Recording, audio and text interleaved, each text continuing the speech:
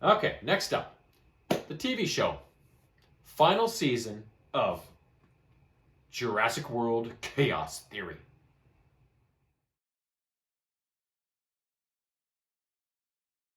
So this last series just came out a short while ago, so obviously it's a 2025 release, and there's 9 episodes, and it closes out the series. So basically, where things pick up from at the end of season 3, 4 of the Nublar 6 are in the helicopter going to the Biosin facility. So it's Darius, Brooklyn, Yaz, and Ben.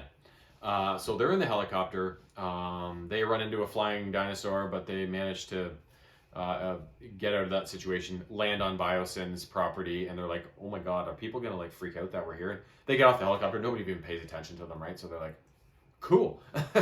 Meanwhile, Sammy and Kenji are in Gia's car, and they are going to meet with Dodgson about getting Bumpy released because they've got Bumpy's little baby Smoothie, and they want to get Bumpy out and reunite the two and make sure Bumpy and Smoothie are safe.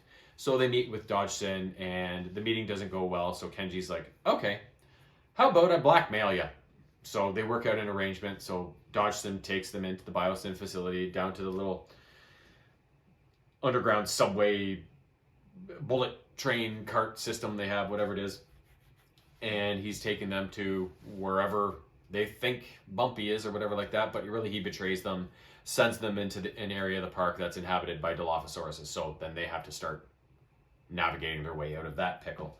So meanwhile, the other 4, also with the help of a guy that Brooklyn used to see in her past adventures, Ernest or something like that, he helps them get in there. And so what they're trying to do is wipe out all of Biosin's information on the dinosaurs and how to train them and create them and whatever, all the stuff that Dr. Wu has done to create these dinosaurs. They basically want to take Biosin down and make sure they can't weaponize the dinosaurs anymore, harm the dinosaurs anymore, all that kind of stuff. So that's basically what they're trying to do for the rest of the season is take down Biosin. So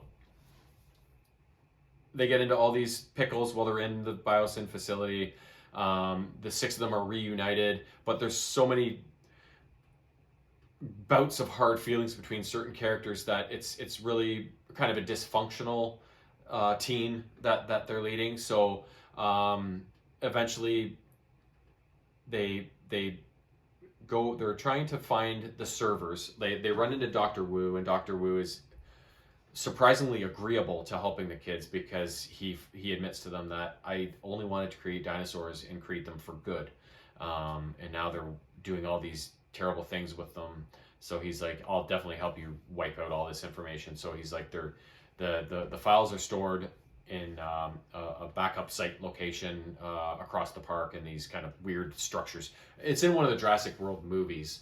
One of these weird, like it's like a cylinder and then a dish on top, like a kind of weird looking building, and this is ladder you have to climb to get up there. Some of these structures is what they're trying to reach.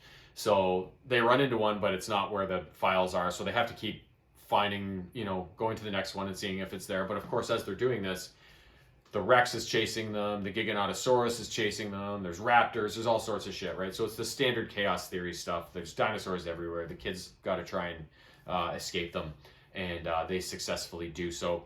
But along the way, Ben ends up getting hit by a Stegosaurus tail, and one of the little spikes or whatever hits him in the abdomen and breaks off. So he's in bad shape. He's at risk of dying. So for the last few episodes, they've got to try and find a way to wipe these files and make their way back to the extraction point and get Ben medical help before they escape the facility, right? So it's this long, drawn-out kind of sequence as the 6 of them keep running into roadblocks and have to adjust their plan. All the while, Ben's just getting worse and worse and worse. So it's pretty. I thought he was going to die, and then I didn't think he was going to die, and then I thought he was going to die. So I'm not going to tell you what happens, but it was kind of back and forth. But I'm kind of sad now that it's over because I don't binge many shows, but that was a show that I could watch multiple episodes of. I love dinosaurs so much, and I love the Jurassic Park franchise so much that they were just such fun little adventurous episodes, right? That I just couldn't stop watching them. So kind of sad that it's done now, but that's life, right? Last up, a video game. An awesome video game I had so much fun with. Ninja Gaiden Ragebound.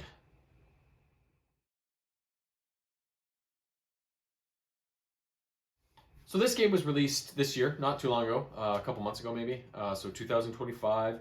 And I read that it actually parallels events from the original Ninja Gaiden game released in 1988. So the story is that you control a ninja named Kenji Mozu, I think his name is, and suddenly all these monsters start attacking Hayabusa village. So he sets out to get to the bottom of this, defend the village, and stop these attacks from happening at the source. And he's the one doing this because Ryu has been sent to America to take care of some business, and I'm imagining it's the business we took care of in the original Ninja Gaiden game for the NES.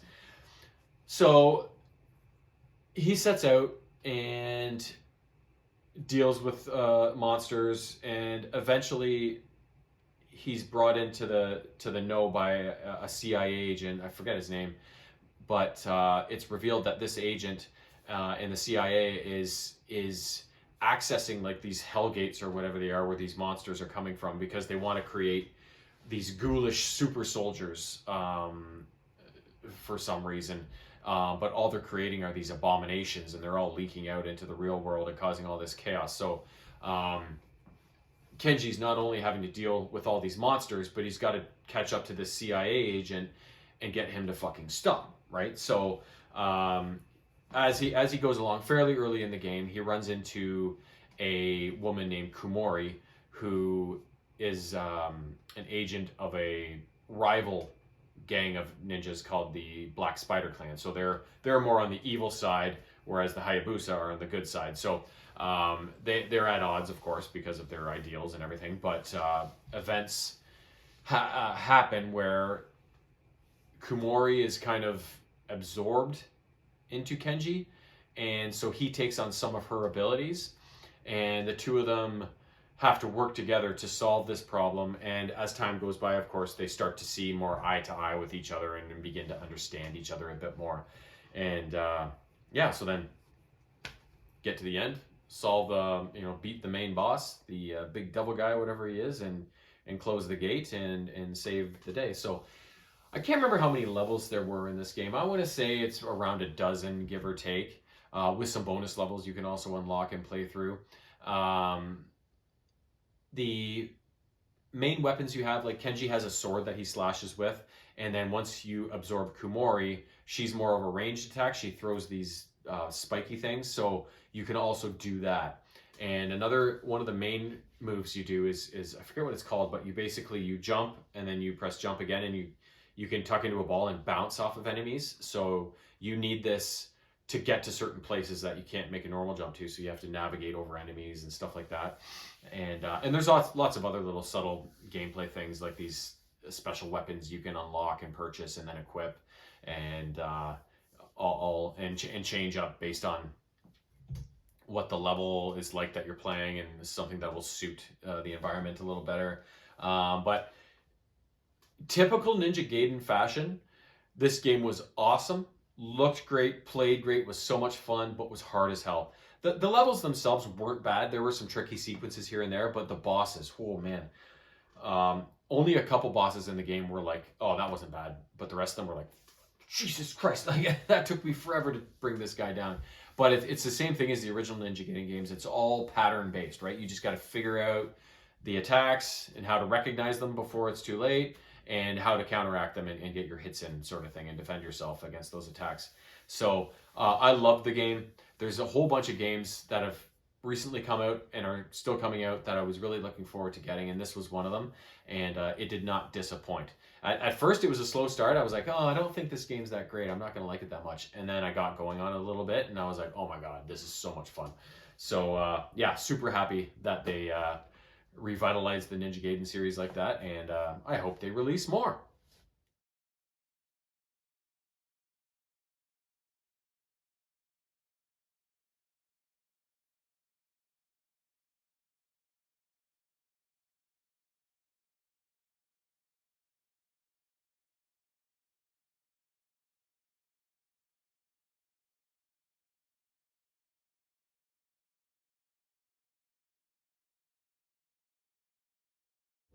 Meow.